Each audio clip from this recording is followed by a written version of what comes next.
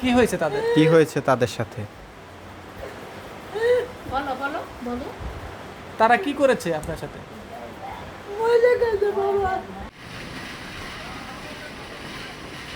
ঈদ মানে আনন্দ, ঈদ মানে খুশি।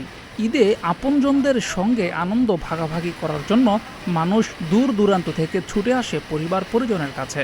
কেউ কেউ ছুটে আত্মীয়দের বাসায় বেড়াতে, কেউ বা পরিবার পরিজন নিয়ে চলে যায় প্রকৃতির কাছে কোনো মনোরম দৃশ্য উপভোগ করতে। কিন্তু এই খুশির দিনেও কিছু মানুষ যেন বৈষম্যের শিকার। তাদের নেই ঈদ আনন্দ। এই দিনেও তাদের চোখ ভিজে ওঠে না পাওয়ার বেদনা কিংবা হারানোর যন্ত্রণায়। বলা হচ্ছে বৃদ্ধাশ্রমে থাকা মানুষদের কথা। একটা সময় হয়তো পরিবার পরিজন নিয়ে সুখে শান্তিতে ঈদ পালন করা মানুষগুলো এখন বৃদ্ধাশ্রমে শুয়ে বসে দিন কাটাচ্ছে। আর এই মানুষগুলোর ঈদ কেমন কাটলো এবার? একটা ছেলে ছিল, হারাই গেছে। তারপরে আমি কাজ করে খাইতাম। যেই বাড়িতে ভাড়া থাকছি, আমার অসুখ হওয়ার পরে আমি আর কাজ করতে পারিনি। মেডিকেলে ভর্তি ছিলাম 3 মাস। বাড়ি এলি নিয়ে ভর্তি করছে। আর 3 মাস পরে আসছি। পরে বাড়ি এলি বললো যে মা, আমি তো খাওয়াইতে পারবো, ওষুধ পানিটা দিতে পারবো না, আমি কেমনে তোমাকে রাখি। তারপরে এই জায়গায় দেখছে, দেখতে ওই যে মায়ের কাছে দিয়ে গেছে আমার, এরা বুঝায়। কি হয়েছে তাদের? কি হয়েছে তাদের সাথে? বলো বলো বলো।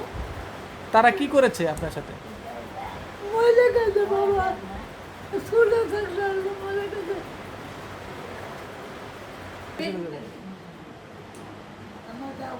বৃদ্ধাশ্রমে থাকা এই মানুষগুলোর জন্য ঈদের সময় কি পরিকল্পনা ছিল কর্তৃপক্ষের? মায়েদের হচ্ছিল আমরা সকাল থেকেই মায়েদের হচ্ছিল হাতে মেহেদি পরাই দিছি। তারপর হচ্ছিল মায়েদের জন্য তো ডেকোরেটর করে সাজানো, যেটা বলে এটাকে সাজাই দিলাম মায়েদের।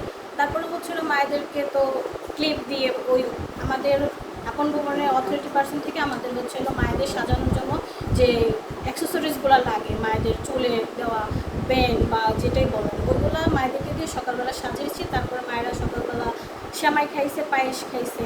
দুপুরে মায়েরা হচ্ছিল রোস্ট, গরুর মাংস, পোলাও, এগুলাই খাবার দাবার মায়েদের জন্য পেয়েছি। পরিবার থেকে দূরে, সবার আড়ালে, বৃদ্ধ বয়সে বৃদ্ধাশ্রমে ঈদ পালন করা এই মানুষগুলো ভালো থাকুক, এমনটাই প্রত্যাশা সবার। জিয়াউর রহমান, প্রতিদিনের বাংলাদেশ।